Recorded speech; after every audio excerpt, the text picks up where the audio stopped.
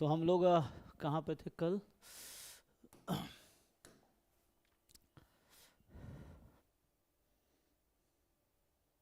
ये थे ना। तो ये आई थिंक 13th करने वाले थे सॉल्व, है ना? 12 तक हो गया था। सो देखो,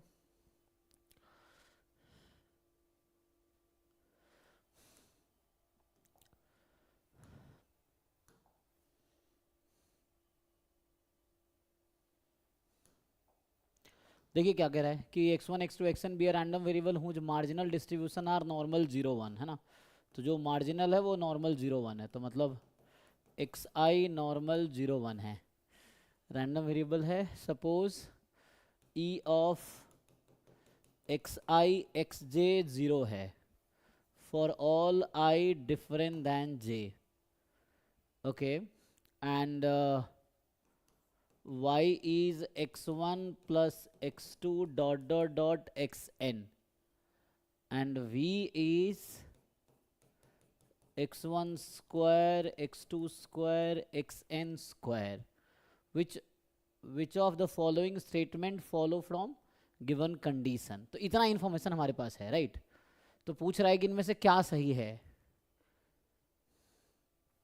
तो ये तो आसान है, मुझे लगता है आप लोग कर पाएंगे। देखिए, मतलब रैंडम वेरिएबल के बेसिक कॉन्सेप्ट पे है। चेक करके बताइए, नहीं तो फिर मैं बताता हूँ। चेक कीजिए पहले।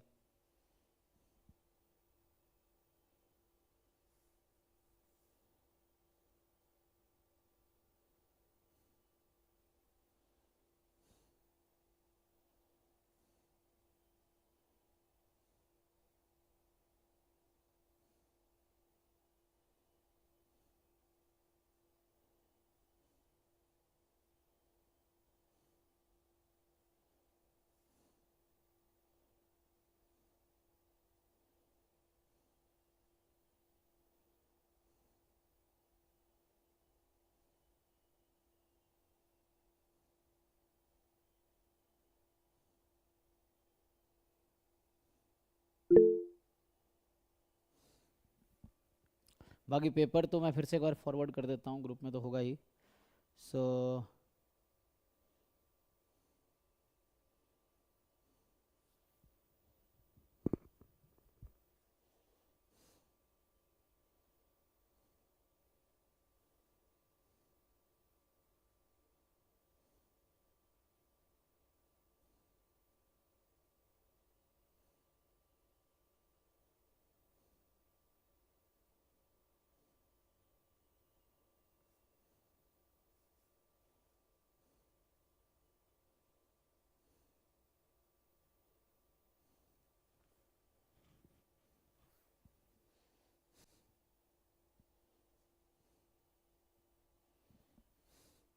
सही, पेपर भेज रहा था ना।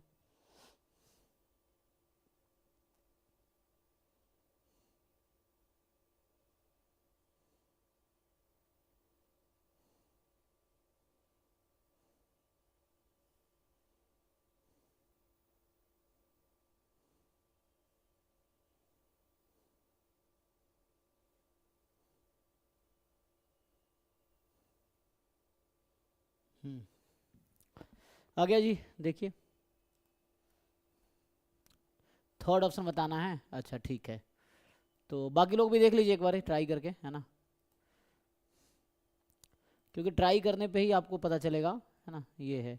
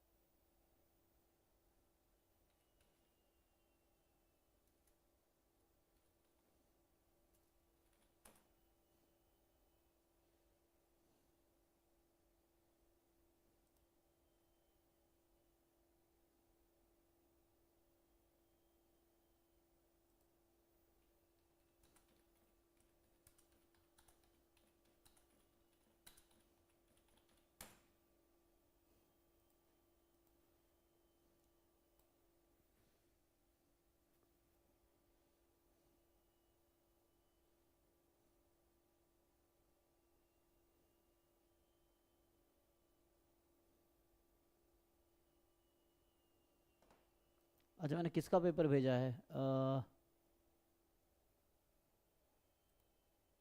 ये दिसंबर 21 का है ना?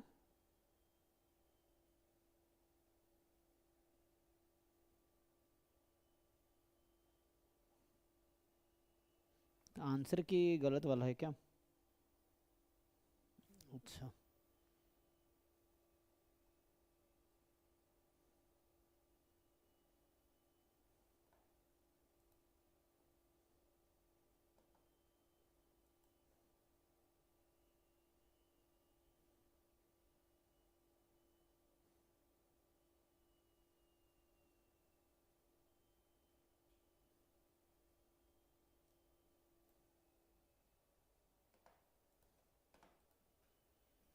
ओला टू।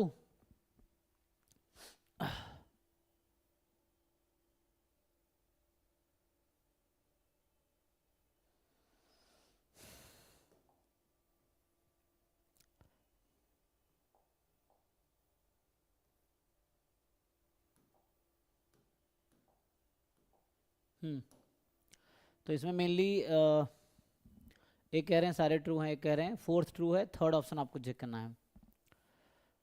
सो फोर्थ तो ऐसे ही देख के पता चल रहा है, उससे आ जाएगा। किससे आएगा जी? जैसे y यहाँ पे क्या है, ये है, तो y का मीन 0 है, right? So E Y is 0। अच्छा फोर्थ नहीं, थर्ड बताना। फोर्थ तो आपका हो ही गया, मतलब फोर्थ ऐसे बाकी लोगों के लिए बताऊँ अगर, तो देख के पता चला चेबीशेव इनइक्वालिटी से नहीं हो जाएगा? हो जाएगा जी। और वेरिएंस ऑफ y निकालोगे तो इसमें इंडिपेंडेंट दे रखा है, तो हमें ई ऑफ ये बता रखा है। इसका क्या मतलब हुआ कि हमें ये बता रखा है कोवेरिएंस एक्स आई एक्स जे का 0 है, यही ना? क्योंकि ई तो ऑलरेडी 0 था, तो मतलब हमें गिवन है एक्स आई एक्स जे का कोवेरिएंस 0 है for all I different than J, तो ये मुझे गिवन है। और जैसे एक्स वाई सिर्फ नॉर्मल है, तो ज्वाइंट जरूरी नहीं है। देखो अगर मुझे बता रखा है x1 नॉर्मल है x2 नॉर्मल है, तो joint PMF of x1 x2 मे और may not be normal, bivariate normal जरूरी नहीं है। अनलेस बोला नहीं है इंडिपेंडेंट है, तो उसका ज्वाइंट जरूरी नहीं बाईवेरिएट नॉर्मल होगा। सो इसीलिए तो यहाँ पे जैसे कह रहा है कि y has normal distribution mean zero variance n, तो ये तो चेक किया जा सकता है। लेकिन हाउ डू यू नो कि ये जैसे यहाँ से अगर निकालोगे, पूछा है which of the following given following which of the following statements follow from given condition, तो y तो सिंपल है, y का मीन 0 है, वेरिएंस 1 1 1 n टाइम, कोवेरिएंस 0 है क्योंकि क्वेश्चन में ही बोल रखा है कोवेरिएंस 0 है, तो ये तो n हो गया। यहाँ तक ओके है? तो y has normal distribution with mean 0 variance n, तो पहला तो ट्रू लग रहा है जी। चेक करो एक बारी, इसमें कोई दिक्कत है? सर आईआईटी होगा तभी तो नॉर्मल होगा। IID होगा हमने तो बताया था। एक मिनट हमें नॉर्मल बता रखा है ना? और क्या होगा? ओके ओके एक मिनट, हाँ मार्जिनल हाँ, नॉर्मल है, पूरा नॉर्मल नहीं बनेगा। एग्जैक्टली एग्जैक्टली, क्योंकि यहाँ पे ये है, अभी मैं बता रहा था कॉन्सेप्ट, उसी में गलती हुआ है नहीं। क्योंकि जैसे x1 x2 मतलब नॉर्मल में ना थोड़े से यहाँ पे केयरफुल रहने की ज़रूरत है कि जैसे मैं अगर रिजल्ट लिखूँ, थ्योरम ये होता है कि मान लीजिए अगर मुझे बोला गया कि x1 comma x2 this is bivariate normal, then है कि मान लो पैरामीटर लिखोगे तो μ1 μ2 sigma 1 square sigma 2 square rho, then x1 जो है वो नॉर्मल μ1 कॉमा सिग्मा 1 स्क्वायर होगा, पहला पॉइंट। दूसरा x2 भी नॉर्मल μ2 सिग्मा 2 स्क्वायर होगा। तीसरा x1 प्लस x2 निकालेंगे तो normal μ1 plus μ2 sigma 1 square sigma 2 square 2 rho sigma 1 sigma 2 होगा। अगर यहाँ माइनस आएगा तो बस यहाँ चेंज आएगा, बाकी सेम रहेगा, है ना? तो यहाँ बस चेंज आएगा। अगर यहाँ माइनस लगाओगे तो यहाँ बस चेंज आएगा। तो ये है। m1 माइनस हाँ m1 माइनस m2 भी होगा ना? हाँ, माइनस यहाँ होगा। यहाँ पे भी चेंज आएगा, है ना? ठीक है। अब तो या इसको अलग से ही लिख देते, कन्फ्यूजन नहीं रहेगा। ठीक है, देखो तो यहाँ से अगर हम लिखें फोर्थ पॉइंट कि x1 माइनस x2 तो कितना बनेगा? μ1 minus μ2 sigma 1 square sigma 2 square minus 2 rho sigma 1 sigma 2। ठीक है, ओके। अब इसका कन्वर्स ट्रू नहीं है, है ना? इस थ्योरम का अगर बाईवेरिएट है तो इतना है। अब ये रिमार्क बस इतना ही है समझना यहाँ पे, तो यही मैं अभी बताना। जैसे मुझे अगर कोई बोलता है कि x1 का डिस्ट्रीब्यूशन है normal μ1 comma sigma 1 square and x2 is normal μ2 comma sigma 2 square, ठीक, देन इसमें ये है कि पहला पॉइंट, देन यहां पे क्या होगा, x1 कॉमा x2 में और may not be bivariate normal, इसकी कोई गारंटी नहीं है। और दूसरा x1 प्लस x2 या x1 माइनस x2 में और may not be normal random variable, ये है एक्चुअली। तो यहाँ पे पीछे ये लग रहा है एक्चुअली, है ना, ये सही कह रहे हैं कि अगर मुझे टू नॉर्मल बस दे रखा है, ये नहीं बोला इंडिपेंडेंट है, तो उसका ज्वाइंट जरूरी नहीं है बाईवेरिएट नॉर्मल होगा, और उसका सम भी जरूरी नहीं है नॉर्मल आएगा। ये विकर-वैदगी में थ्योरम है, आप देख सकते हैं विकर-वैदगी में जो सम कॉन्टिन्यूअस डिस्ट्रीब्यूशन नाम का चैप्टर है, आई थिंक 4 या 5 चैप्टर होगा, उसमें जाके आप देख सकते हो, एग्जाम्पल भी दे रखा है। एक ज्वाइंट पीडीएफ है जिसका मार्जिनल नॉर्मल आता है बट ज्वाइंट बाईवेरिएट नॉर्मल नहीं है, तो उस पर है ये, ठीक है। अब रह गया, तो इसी बेसिस पे यहाँ क्या हो रहा है एक्चुअली कि हमें बता रखा है ईच xi रैंडम वेरिएबल्स हैं जो कि नॉर्मल है, तो हमें ये नहीं बताया कि वो IID है या इंडिपेंडेंट बताया नहीं है, तो इसीलिए सम नॉर्मल हो भी सकता है नहीं भी हो सकता है, तो इसकी कोई गारंटी नहीं है एक्चुअली, है ना। ये ओके है, लेकिन y नॉर्मल होगा उसकी कोई गारंटी नहीं है। मीन वेरिएंस ठीक है भाई, v हैज काई स्क्वायर, जब वो नॉर्मल है ही नहीं तो ये काई स्क्वायर बनेगा ही नहीं, तो इसकी भी कोई गारंटी नहीं है। अब आते हैं थर्ड वाले पे कि e of xi cube into xj cube बराबर 0 होगा, तो ये तो ऑड मोमेंट हो गया ना। तो चूंकि xi xj 0 है ना, लेकिन इससे कोई जरूरी नहीं है कि xi क्यूब xj क्यूब 0 होगा, प्रोडक्ट है ना, क्योंकि देखो यहाँ पे कहने का मतलब ये है कि x1 नॉर्मल है, xi नॉर्मल है, xj नॉर्मल है, तो x1 x2 का प्रोडक्ट जरूरी नहीं नॉर्मल होगा। और ये क्यूब भी है, तो क्यूब की कोई गारंटी है, कोई गारंटी नहीं, बट क्वेश्चन है प्रूफ अगर करना चाहे तो कैसे करेंगे, है ना। तो ये हम ट्राई कर सकते हैं कि हाउ टू प्रूफ, देखा ना, e of xi cube xj cube 0 होगा फॉर ऑल दिस।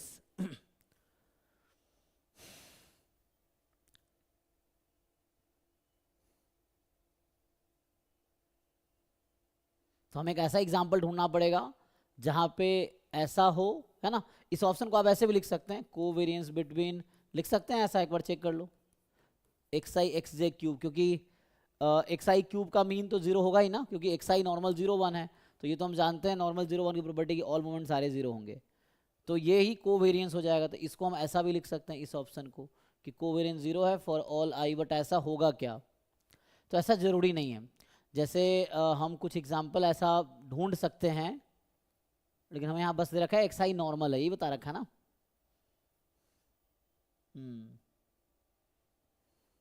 तो क्वेश्चन इसको प्रूफ कैसे लिखेंगे, ये कहना चाह रहा हूँ ना, हाउ टू प्रूफ।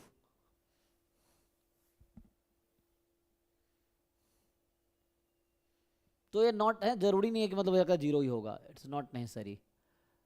अब इसका प्रूफ कैसे लिखेंगे ये देख सकते हैं, तो गलत दिखाना ना मुझे, तो कोई काउंटर एग्जाम्पल ढूंढना पड़ेगा वैसा कि वैसा हो जाए, बट ऐसा कोई थ्योरम तो डायरेक्टली नहीं है ना, क्योंकि कोवेरिएंस 0 होना यहाँ पे, अगर बाईवेरिएट नॉर्मल होता है ना या इंडिपेंडेंट नॉर्मल है तो बाईवेरिएट नॉर्मल हो जाता है, उस केस में कोवेरिएंस 0 है तो इंडिपेंडेंट होगा, या इंडिपेंडेंट है तो कोवेरिएंस 0 होगा बाईवेरिएट नॉर्मल में।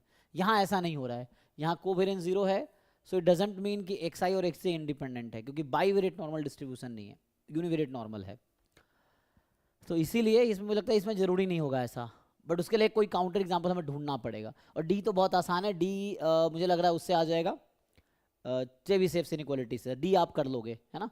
चेबीशेव इनइक्वालिटी लगाओगे इसमें, तो ये है प्रोबेबिलिटी y माइनस 0 का mod more than t less than equal to variance of y upon T square, तो ये चेबीशेव से ट्रू स्टेटमेंट है।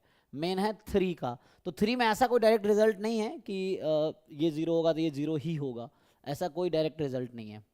बट और जस्टिफाई मुझे करना है तो मुझे कोई एग्जाम्पल ढूंढना पड़ेगा, और काउंटर एग्जाम्पल मतलब है ना, गलत दिखाने के लिए we can find counter example. So but ये नेसेसरली ट्रू नहीं है ना, third is not necessarily true.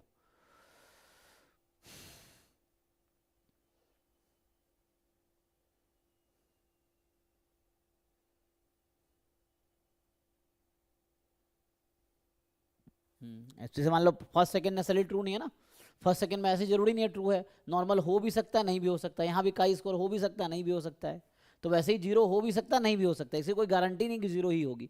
इन तीनों 100% ट्रू नहीं, इसलिए फॉल्स है, मतलब one counter example is enough to say false, है ना, तो इसलिए हम लोग फॉल्स कह रहे हैं।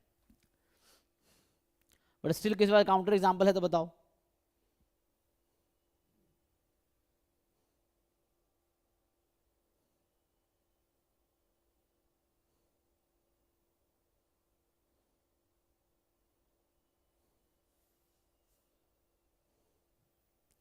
बोलो भाई, देखो काउंटर एग्जाम्पल ढूंढना इतना आसान नहीं होता है कई बार ना, तो हम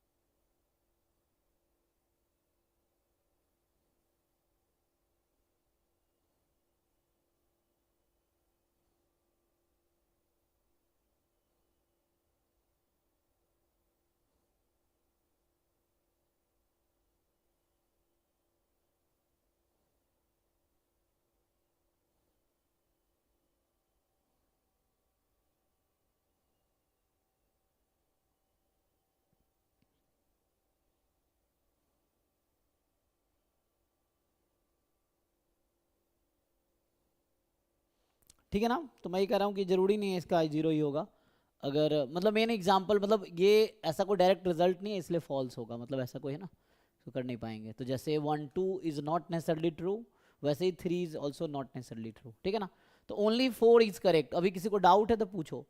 तो इसमें मेनली ये जो रिजल्ट यूज हुआ है, ये रिमार्क यूज हुआ है, ठीक है, कि जरूरी नहीं है बाईवेरिएट नॉर्मल होगा, जरूरी नहीं है नॉर्मल होगा सम, तो इसीलिए इंडिपेंडेंट होता तो सारे ट्रू हो जाते फिर। हाँ, अगर इंडिपेंडेंट दे देता तो फिर सब सही हो जाता।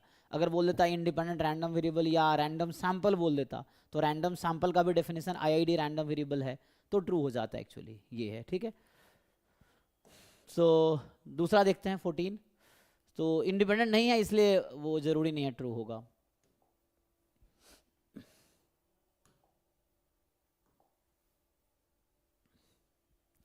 इसमें देखिए क्या कह रहा है, suppose x1 x2 xn IID है, अब नॉर्मल थीटा 1, जहाँ थीटा जो है आपका नॉन नेगेटिव है, t mle है थीटा का, t is the mle of theta, so which of the following statement are true.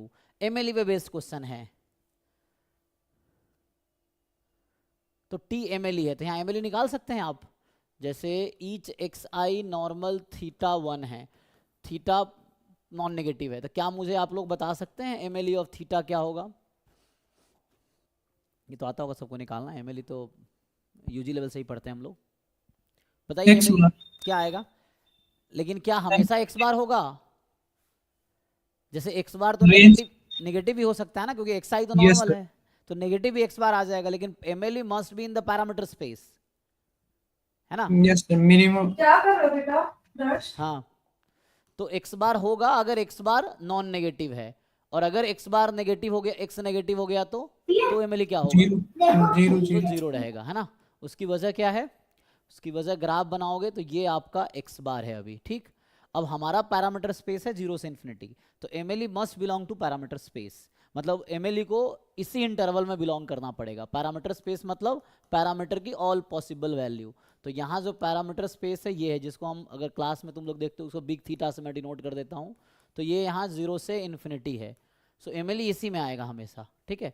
तो अब यहाँ मान लो जैसे इधर 0 है एग्जाम्पल के लिए, इधर इन्फिनिटी है, तो अगर x बार 0 से इन्फिनिटी में है तो x बार आंसर है, कोई दिक्कत नहीं है। लेकिन अगर 0 यहाँ ना हो के x बार नेगेटिव नंबर है, 0 यहाँ है, तो हमें देखना होगा अब मान लो 0 यहाँ, मतलब एक्स बार नेगेटिव है, एक्स बार नेगेटिव साइड में, 0 यहाँ है, तो मुझे देखना होगा इस इंटरवल में कौन सा ऐसा नंबर है जिसपे लाइक्लीहुड फंक्शन मैक्सिमम है। तो लाइक्लीहुड नॉर्मल ही है, मतलब नॉर्मल का, तो 0 पे ही मैक्सिमम होगा। तो नियरेस्ट पॉइंट जो होगा जिसमें मैक्सिमम मिलेगा 0 होगा। So this is the MLE. अब आप चेक करो, अब आप ऑप्शन, ये आपका टी है actually. So this is your T in this question. आप कर पाओगे, देखिए।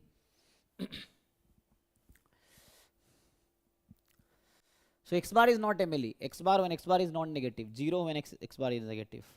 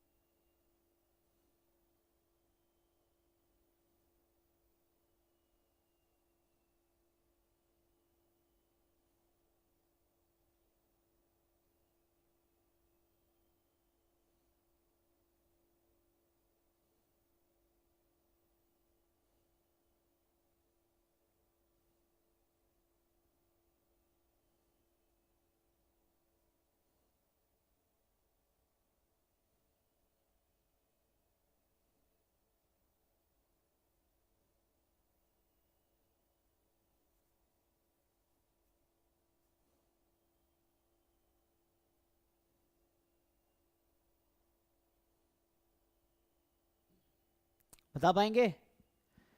तो इसमें क्या ऑप्शन सही होगा? देखिए, पूछा क्या, ट्रू ना? कौन सा ट्रू है ये बताना है आपको।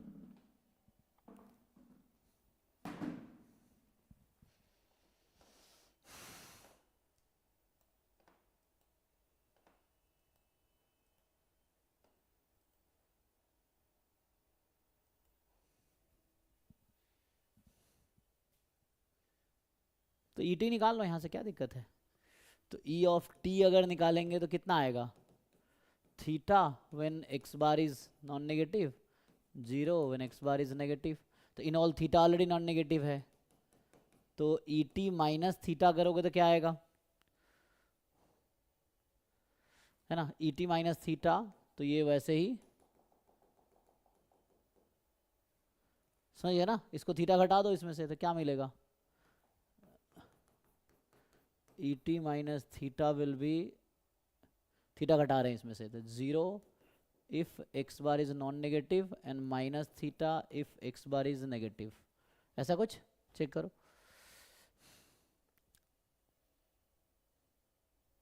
तो ये कह रहा है 0 होगा जब थीटा नॉन नेगेटिव है उसके लिए, तो ये गलत कह रहा है।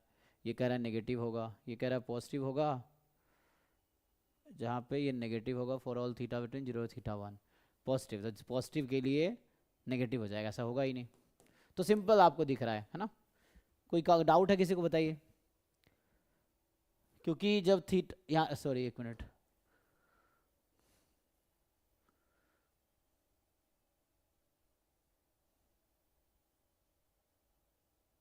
चेक कर लो भाई, किसी को डाउट है तो बताओ।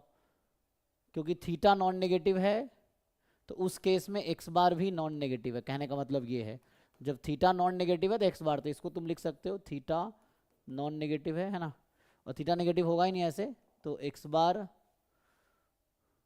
मतलब हमें सिर्फ इसके लिए बात कर रहा था ना। यू चेक एंड टेल, कहीं डाउट है तो बताओ।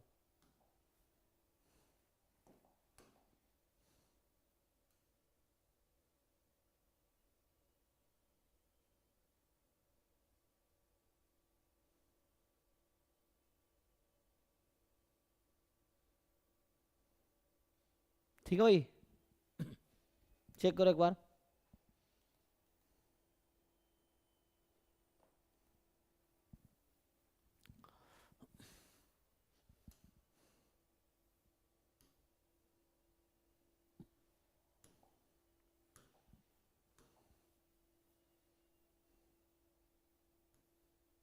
हम्म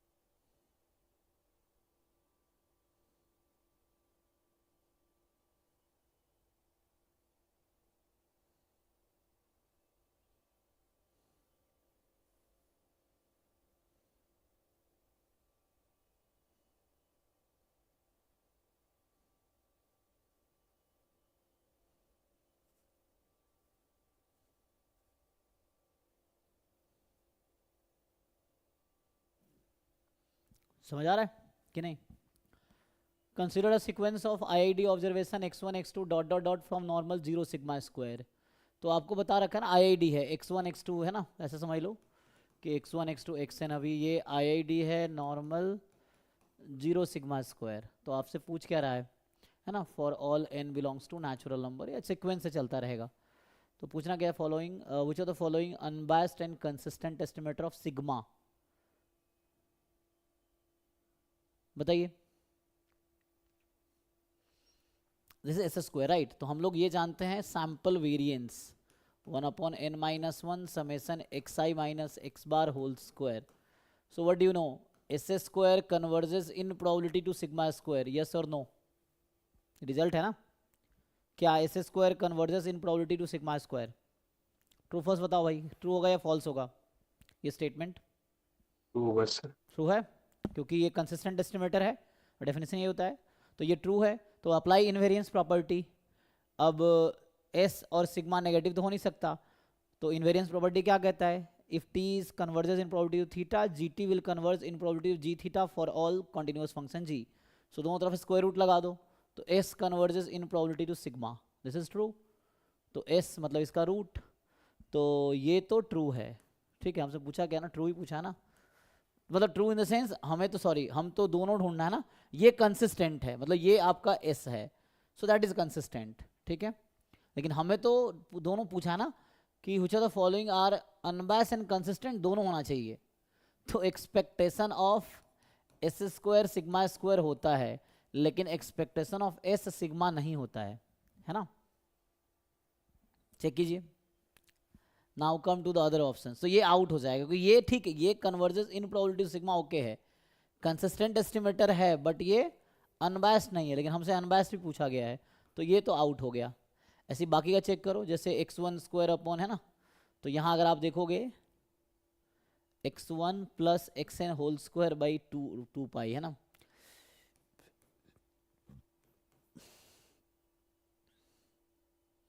कितना है ये? तो ये है आपका नॉर्मल 0 1, तो इसका स्क्वायर कर दोगे, आई के टर्म में कर दो, तो ये काई स्क्वायर 1 हो जाएगा। ठीक, अब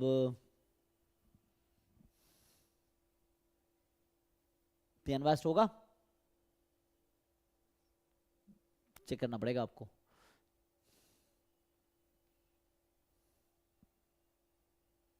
अच्छा, ई ऑफ मॉड एक्स कितना होता है, जो ये फॉर्मूला है ना, अगर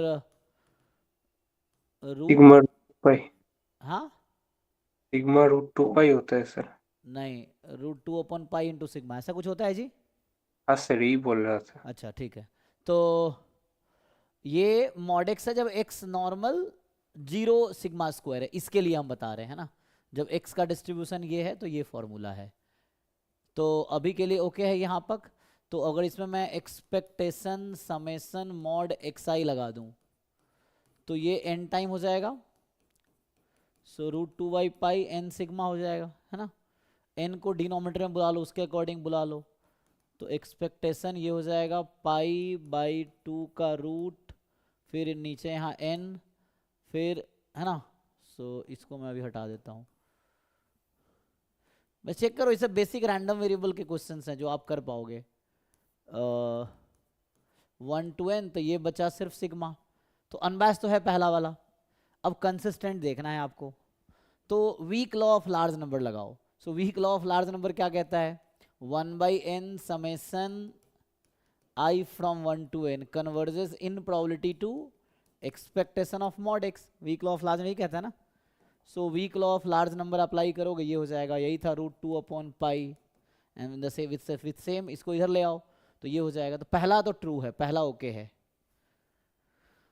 वो अनबैस्ड भी है, कंसिस्टेंट भी है। इसको डिनोमिनेटर इधर ले आओ तो वही बात है, √2/पाई 1/n summation mod xi I from 1 to n converges in probability to 1।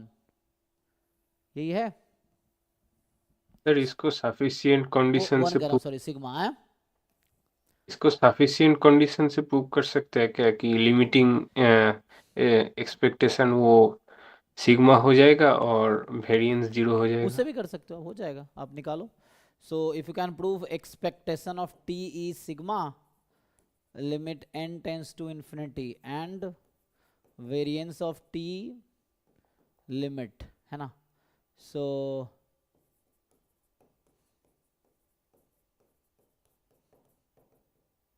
Zero, है ना, then t converges in probability to sigma, that is t is the consistent estimator, है ना। यही डेफिनेशन है कंसिस्टेंट एस्टिमेटर का। तो अगर वैसा इससे भी कर पाओगे, इससे भी हो जाएगा। ये वन वे थ्योरम है लेकिन, है ना, ये चीज़ है। एमएलई इज कंसिस्टेंट, आप एमएलई निकाल लो तब भी कंसिस्टेंट हो सकता है। इसका एमएलई निकाल पाओगे? एमएलई कंसिस्टेंट एस्टिमेटर होता है ना। एमएलई बताओ जरा क्या होगा? If you can find MLE maximum likelihood estimator, maximum likelihood estimator of sigma, कोई भी निकालो, बताओ क्या आएगा? 2 सेकेंड वाला ट्रू आ जाएगा ना? हाँ, सेकेंड वाला 2 आ जाएगा। तो यहाँ से I from 1 to n, ये सिग्मा स्क्वायर का एमएलई लिख रहा हूँ। सिग्मा करेंगे तो अगेन इनवेरिएंस प्रॉपर्टी लगाएंगे, तो ये एमएलई इज कंसिस्टेंट एस्टिमेटर। अब आपको बस चेक करना है अनबायस्डनेस, कि अनबायस्ड है कि नहीं है। अनबायस्ड चेक करके बताइए, चेक करो भाई, अनबायस्ड होगा?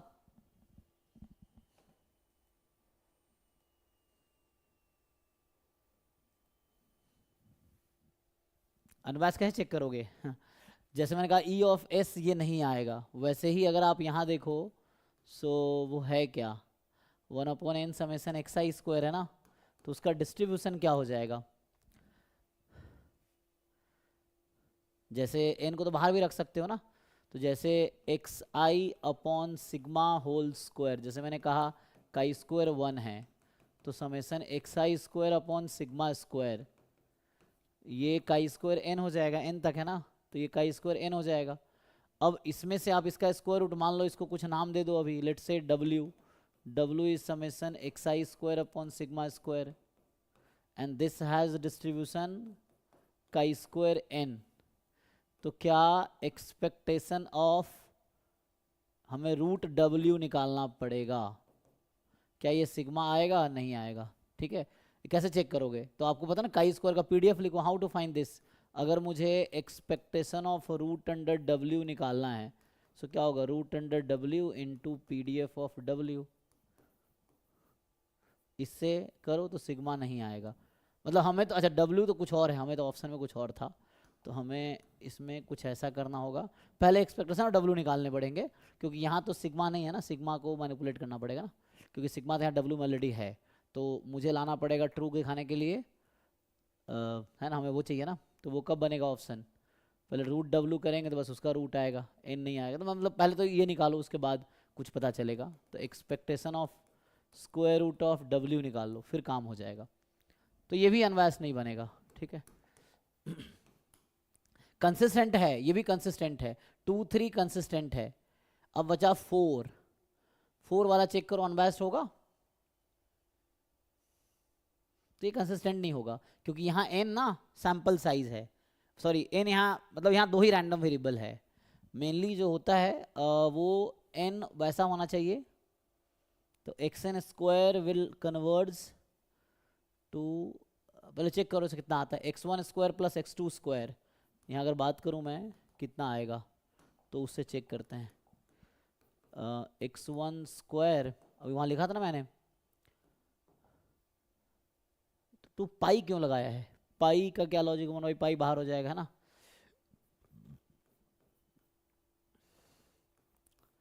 दिस स्क्वायर दिस स्क्वायर, तो ये हो गया काई स्क्वायर 2, ऐसा हो जाएगा। एंड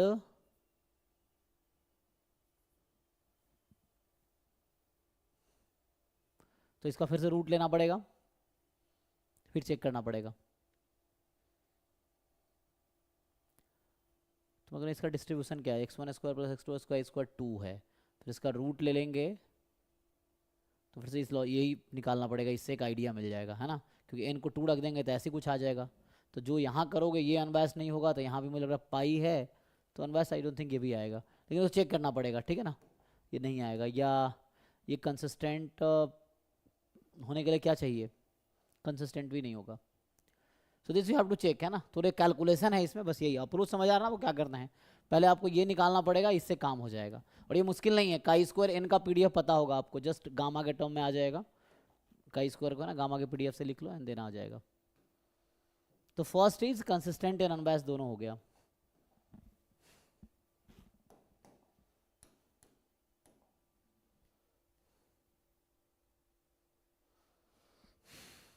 इसमें क्या है तो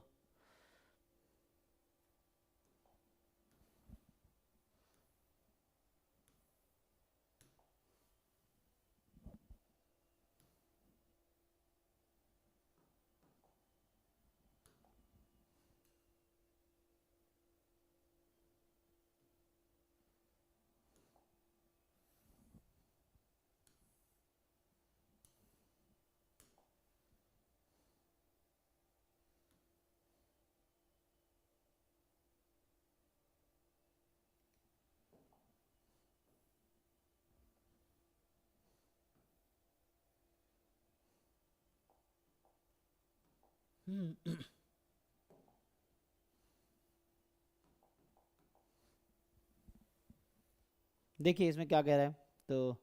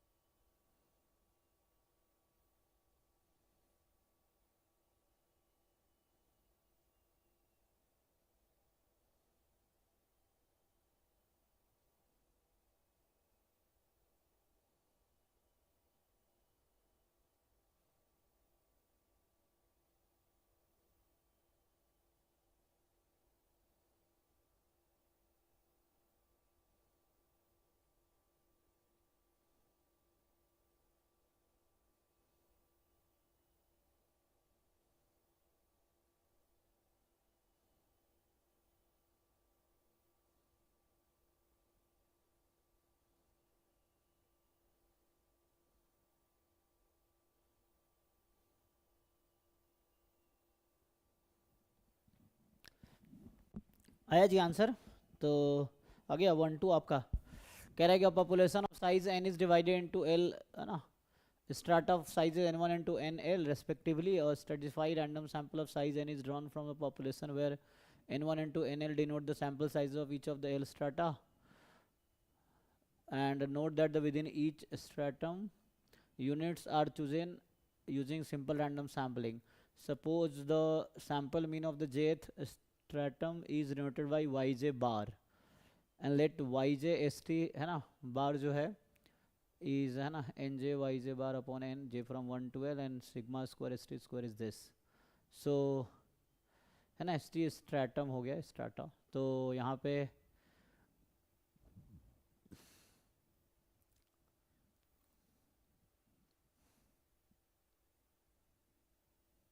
considered a simple random sample of size and drawn from population independently with of the first sample.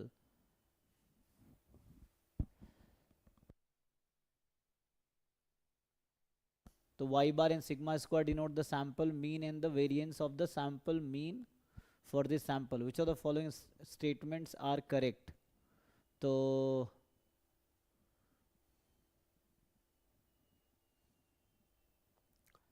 ये तो सिंपल रिजल्ट है जी, देखो उसका डिजाइन ऑफ एक्सपेरिमेंट का, ठीक है ना। जैसे अंकित बता रहे 1 2 है, तो आपको रिजल्ट देखना पड़ेगा इसमें, है ना, क्या रिजल्ट है। तो y bar S T is by estimator of population mean, y bar is by estimator of population mean. तो sigma square S T less than equal to sigma square, ठीक है ना। तो sample mean sample variance y bar and sigma square sample mean sample variance है, और S T में strata के according है। तो आपको पूछ रहा है कि इसमें क्या रिलेशन है। If n j upon N j is n by n, then क्या होगा। तो बेसिक ये डिज़ाइन ऑफ एक्सपेरिमेंट का सिंपल रिजल्ट है। बताओ भाई अंकित, कैसे किया आपने। इसमें तो मतलब सिंपल थ्योरेटिकल क्वेश्चन है ना, ये तो ऐसे ही बस रिजल्ट हो जाएगा। स्ट्रेटिफाइड सैम्पलिंग मतलब करने से बस यही फायदा होता है कि उसका वेरिएंस कम हो जाता है, बट अगर जैसे सिग्मा स्क्वायर एस टी जो है वो कम हो जाएगा, लेकिन अगर इंटरनल डेटा में वेरिएंस अधिक है तो फिर वो कम नहीं होगा, अधिक हो जाएगा। इसलिए थर्ड ऑप्शन रॉन्ग है। बाकी तो मीन मतलब अनबायस्ड ही होता है सिंपल रैंडम सैंपलिंग में और स्ट्रेटिफाइड रैंडम सैंपलिंग में। रिजल्ट है ना सिंपल, तो इसमें कुछ खास नहीं है। यस। देखो बाकी किसी को डाउट है तो पूछो, मतलब सिंपल ये रिजल्ट है, आपको उसके लिए थ्योरी पढ़ना पड़ेगा। थ्योरी पता है तो ऐसे ही आंसर टिक कर दोगे आप। ये है मतलब जो थ्योरम बेस्ड क्वेश्चन होते हैं ना, सीधा सीधा थ्योरम से हो जाते हैं, नहीं तो आपको फिर पूरा प्रूफ लिखना पड़ेगा थ्योरम का। ये है, अगर मान लो नहीं आता है तो छोड़ दो या फिर प्रूफ लिखो, इस तरह से है। अगला क्या है ना, कोई बहुत सारे रिजल्ट बेस्ड क्वेश्चन आते हैं। जैसे यहाँ भी देखो, ये भी रिजल्ट बेस्ड क्वेश्चन ही है। तो इसमें कुछ खास करने के लिए आपके पास है कि बस काउंटर एग्जाम्पल दे सकते हो डिसप्रूव करने के लिए, वो भी इतना आसान नहीं होगा। और सही है तो उसको प्रूव कर सकते हो, प्रूफ करना भी इतना थ्योरम का आसान नहीं होगा। तो इस थ्योरेटिकल क्वेश्चन का सॉल्यूशन ये होता है बेस्ट कि आपको थ्योरम का रिजल्ट पता हो, डेफिनेशन ठीक से याद हो, थ्योरम ठीक से याद हो, so that you can apply correctly. अब एग्जाम में बैठ के किसी स्टेटमेंट को प्रूव करना बहुत टाइम लगेगा। एक क्वेश्चन में हो सकता है 1 2 घंटा लग जाए तुम्हें, वो भी तो भी होगा नहीं होगा पता नहीं। मतलब ऐसे थ्योरी अगर थ्योरम प्रूफ करने लगो तो, ये कहना चाह रहा हूँ। तो थ्योरेटिकल क्वेश्चन में या तो आपको रिजल्ट पता है या नहीं पता है, नहीं पता है छोड़ दो, पता है तो सॉल्व करो, है ना। ये चीज़ है। तो एग्जाम्पल लेके आप डिस्कार्ड करने की कोशिश कर सकते हो, यही एक ऑप्शन है थ्योरेटिकल क्वेश्चन में। तो मतलब ये थ्योरी बेस्ड क्वेश्चन। यहाँ भी देखो क्या कह रहा है, तो ये भी थ्योरी बेस्ड क्वेश्चन है कि xn and x are random variable defined on common probability space having finite expectation and having characteristic function phi n and phi। तो मतलब xn एक रैंडम वेरिएबल जिसका कैरेक्टरिस्टिक फंक्शन phi n है, x का characteristic function phi है। सो कौन सा statement true है भाई ना। अब ये सिंपल रिजल्ट है मतलब ये थ्योरम है, थ्योरम को उन्होंने ऑप्शंस बना दिए। अब आपको थ्योरम ठीक से याद है, you apply correctly and choose the correct option. ये चीज़ें हैं। देखो गलत के लिए आप काउंटर एग्जाम्पल बना सकते हो, सोच सकते हो कि क्यों गलत है। तो ऐसा एग्जाम्पल हो कि इफ पार्ट ट्रू हो जाए, फॉल्स देन वाला पार्ट फॉल्स हो जाए। तो सिंपल है ना। ये कह रहा है ई एक्स एन अगर ई एक्स पे जा रही है, अगर ऐसा है तो कम से कम एक सैंपल पॉइंट होगा ओमेगा जहां ऐसा हो रहा होगा। अगर x n omega x n पे कन्वर्ज कर रही है for every sample point omega, तो फाई एन फाई पे कन्वर्ज करेगी। इसमें है उल्टा है, फाई एन फाई पे कन्वर्ज कर रही है तो x n omega x n पे कन्वर्ज करेगी एटलीस्ट 1 सैंपल पॉइंट के लिए। एंड देन 4 था ना ये, तो 1 2 3 4, ये 2 था। तो सिंपल थ्योरम को उन्होंने क्वेश्चन बनाया, तब आपको थ्योरम याद है, ठीक है, तो थ्योरम इस तरह का पढ़ना पड़ेगा, properties of characteristic function and sequence of random variable. जो लिमिट थ्योरम्स है ना उसमें आएगा ये, लिमिट थ्योरम के हेल्प से। देखो जी ट्राई करके बताओ। सो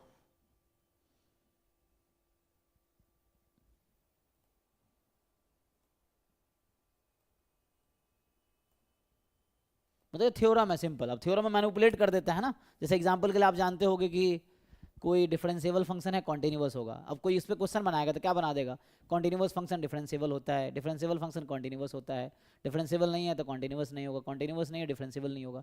एक ही थ्योरम को 4 तरह से लिख दिया, अब आप डिसाइड करो कौन सा ट्रू है कौन सा फॉल्स है, इस तरह से। तो वैसे ही यहाँ भी है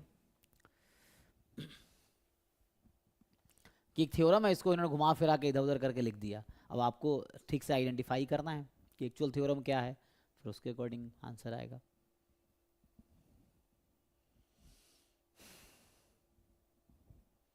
तो एक आपने पढ़ा होगा जैसे किसी को याद है सेंट्रल लिमिट थ्योरम का प्रूफ कैसे होता है, कोई आइडिया देगा? सेंट्रल लिमिट थ्योरम प्रूफ कैसे करते हैं? अगर प्रूफ का आइडिया हो तो इसमें कुछ आपको मिल जाएगा हेल्प।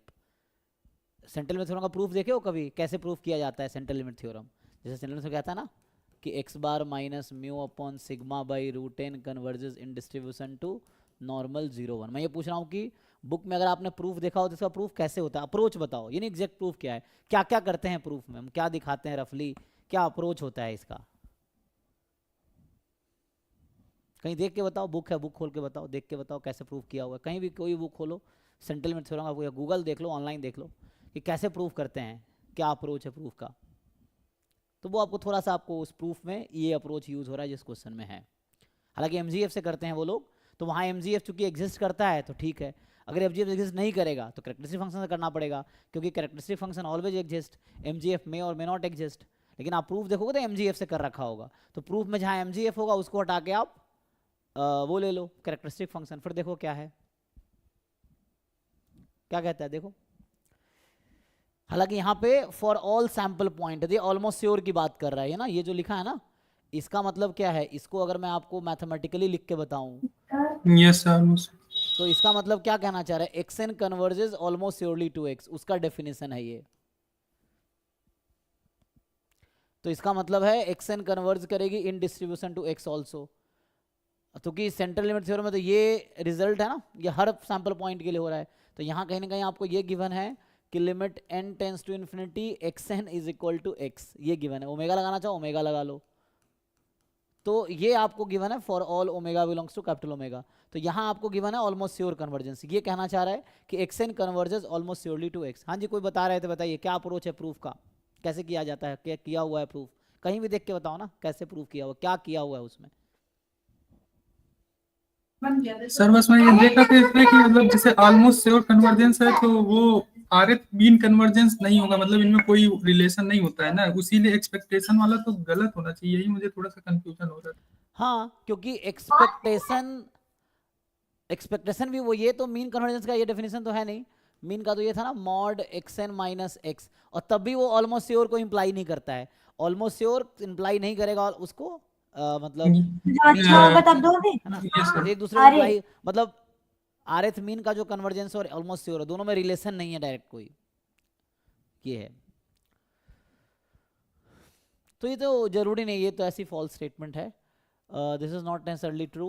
एंड दूसरे में है कि फॉर एवरी सैंपल पॉइंट है, मैं इसकी बात कर रहा हूँ ना, तो यहाँ भी यही है कि x N converges almost surely to x, और ये कहीं ना कहीं फर्स्ट मीन में अगर ऐसा होगा कि मान लो X N converges in first mean to X, तो ये हो जाएगा कि E X N converges to E X, लेकिन इसका कोई रिलेशन तो ऑलमोस्ट श्योर बताएगा नहीं, डायरेक्टली कोई रिलेशन नहीं है, तो इसकी कोई रिलेशन डायरेक्ट नहीं है, तो ये भी गलत ही है, ये भी ऑलमोस्ट श्योर कन्वर्जेंस है but does not imply convergence in mean. 4 तरह का कन्वर्जेंस मेजरली आप पढ़ते हैं, convergence in rth mean, almost sure convergence, convergence in probability, convergence in distribution, ये है। तो इसका भी कोई जरूरी नहीं है, यहाँ ऑलमोस्ट श्योरली कन्वर्ज कर रहा है तो डिस्ट्रीब्यूशन में कन्वर्ज करेगा और phi n will converge to phi, तो ये ओके है, ये तो डायरेक्ट रिजल्ट है। और आप देखो जाके सेंट्रल लिमिट थ्योरम में यही कॉन्सेप्ट यूज हो रहा है, वहाँ पे एमजीएफ यूज किया होगा फाई की जगह, कि वहाँ पे डायरेक्टली प्रूफ करने बजाय क्या करता है उसमें इसका नाम जेड एन रख देता है और ये जेड है। तो आप अगर ध्यान से देखोगे सेंट्रल लिमिट थ्योरम का प्रूफ में क्या किया होगा, MGF निकाला होगा ZN का और उसमें लिमिट लगाया होगा और वो दिखा देता है कि वो Z के MGF के इक्वल है। ये प्रूफ का अप्रोच है सेंट्रल लिमिट थ्योरम का। अगर आप ध्यान से देखो, इसका MGF निकालता है, फिर लिमिट लगाता है, तो वो हो जाता है। तो अगर मुझे दिखाना है कि ये इस पे कन्वर्ज कर रही है, तो ये if and only if result है, तो इस पे आ जाता है। तो यहाँ MGF की जगह आप करेक्टरिस्टिक फंक्शन ले लो, तो ऑलमोस्ट श्योर कन्वर्जेंस डिस्ट्रीब्यूशन ही बताएगा, तो ये भी बताएगा। तो ये डायरेक्ट थ्योरम है और इसी बेस पे समझो सेंट्रल लिमिट थ्योरम आपका प्रूफ होता है, अगर आपको प्रूफ आइडिया हो तो। यहाँ कह रहा है करेक्टरिस्टिक फंक्शन कन्वर्ज कर रही है, तो एटलीस्ट वन सैंपल पॉइंट पे। तो देखो अगर ऐसा है फाई n कन्वर्ज कर रही है फाई पे, तो ये हो सकता है कि xn कन्वर्ज करेगी इन डिस्ट्रीब्यूशन पे x पे। बट क्या ऐसा बोल सकते हैं कि xn की लिमिट x होगी फॉर एटलीस्ट वन पॉइंट? ये जरूरी नहीं है, this is not necessarily true. ये कहीं ना कहीं बोल रहा है ना कि किसी न किसी पॉइंट पे लिमिट इक्वल होगा, तो ये इंप्लाई नहीं कर पाएगा कि लिमिट जो है xn ओमेगा की वो इक्वल होगी xn ओमेगा के। This will not imply. ये हो सकता था, अगर ऐसा लिखा होता तो हो सकता था, बट ये इम्प्लाई जरूरी नहीं है। चेक करो। तो मतलब ये सिंपल एक थ्योरम है जिस पे इन्होंने क्वेश्चन बनाए हैं। ये है, देखो एक बार आप लोगों को पूछो अगर दिक्कत है तो। मतलब इसके लिए थ्योरम पढ़ना पड़ेगा, आपको याद रखना पड़ेगा। प्रूफ दो चार देखोगे तो आपको समझ आ जाएगा, है ना। मतलब वो तो डिफरेंट, जैसे लिमिट थ्योरम जो टॉपिक है, जैसे अब सेंट्रल लिमिट थ्योरम का प्रूफ है या कंटिन्यूटी थ्योरम है ना, इस तरह का है। जैसे और क्या, स्लट्सकी थ्योरम है, स्लट्सकी लेमा जो है, चाहे weak law of large number है, strong law of large number है, चाहे वो जो सेंट्रल लिमिट थ्योरम का एक्सटेंशन है, क्या था उसका नाम, तो वो सब प्रूफ करोगे तो आपको पता चलेगा। मतलब प्रूफ देखोगे तो आपको बहुत सारे कॉन्सेप्ट प्रूफ में पता चलते हैं। अच्छा यहाँ पे ये यूज़ हो रहा है, यहाँ पे यूज़ हो रहा है ना, उस तरह से। क्योंकि प्रूफ थोड़ा लेंदी प्रूफ होता है, तो उसमें बहुत सारे अप्रोच, हर स्टेप में कोई ना कोई अप्रोच लग रहा है, तो वो अप्रोच आपको वहाँ से समझ आएगा। तो उसके लिए थोड़े प्रूफ देखना पड़ेगा थ्योरेटिकल क्वेश्चंस के लिए। एग्जाम में प्रूफ करना मुश्किल है, तो आपको थ्योरम याद रखना पड़ेगा। तो ये अभी के लिए लास्ट क्वेश्चन है इस पेपर का। तो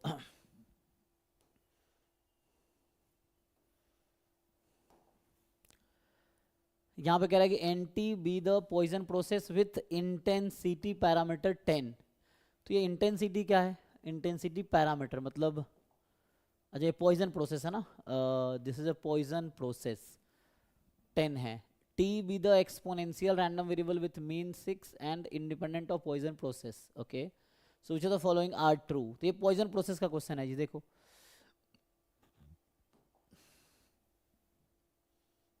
तो ऑप्शंस हैं कि NT बराबर K, ये आएगी, NT का एक्सपेक्टेशन ये होगा, एंड सो ऑन। बताइए क्या होना चाहिए?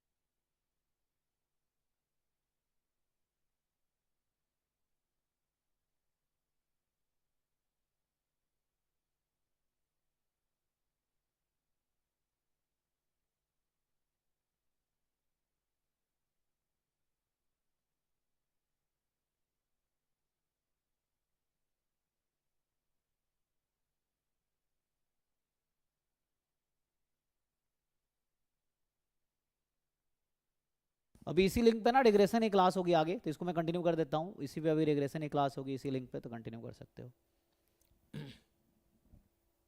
सो आज 1.5 घंटे का रखा है, तो 10:30 भी 10 ज़्यादा हो गया थोड़ा, तो 10:45 तक क्लास होगी। ये है, लगाओ भाई सिंपल प्रॉपर्टी लगाओ पॉइजन प्रोसेस का। क्या कहता है पॉइजन प्रोसेस? सो एनटी का डिस्ट्रीब्यूशन क्या होता है, ये तो आप जानते हैं ना। NT has distribution what? Poisson lambda T.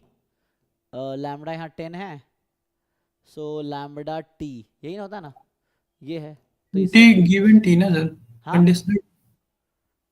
हाँ एनटी गिवन टी, वो टी मतलब यहाँ पे जो है क्या दे रखा है, तो हमें उसको थोड़ा सा ब्रेक करना पड़ेगा नहीं। सो क्योंकि यहाँ पे तो टी खुद रैंडम वेरिएबल है क्या? हाँ यहाँ टी टी, एक्सपोनेंशियल। हाँ टी तो खुद एक रैंडम वेरिएबल, जनरली जो होता था वो ये होता था ना, एन टी जो होता है ये, बट टी यहाँ खुद एक्सपोनेंशियल है, एक्सपोनेंशियल 6 है, और लैम्बडा यहाँ 10 है, तो इसका 1/6 1/6। लैम्बडा अच्छा मीन 6 है, तो रेट 1/6 है ना। तो इसका मतलब है एन कैपिटल टी जो होगा, जो एन कैपिटल टी डायरेक्टली नहीं बता पाएंगे क्योंकि टी तो रैंडम वेरिएबल है, तो मुझे तो कांस्टेंट चाहिए, तो मतलब गिवन टी, वही बात है। सो ये गिवन टी करेंगे तो आपका ये रहेगा पॉइसन लैम्बडा टी, यहाँ तक चल जाए क्योंकि ये गिवन कैपिटल टी बराबर स्मॉल टी, यही ना। So given capital t is equal to small t, ये आ जाएगा, ये वाला इससे लगा लीजिए, हाँ इससे आ जाएगा। सो जैसे एक्सपेक्टेशन ऑफ एन टी चाहिए, तो या तो पी एम एफ निकाल लीजिए, या expectation of n t given t, यही है ना जी, एन टी गिवन टी, तो इससे आ जाएगा, चेक कर लीजिए। सो डबल एक्स, क्योंकि टी खुद रैंडम वेरिएबल, इंडेक्स खुद रैंडम वेरिएबल है, तो उसको ब्रेक करना पड़ेगा, तो इस वाले फॉर्मूले से आ जाएगा। सो ऐसे आप सॉल्व कर सकते हैं।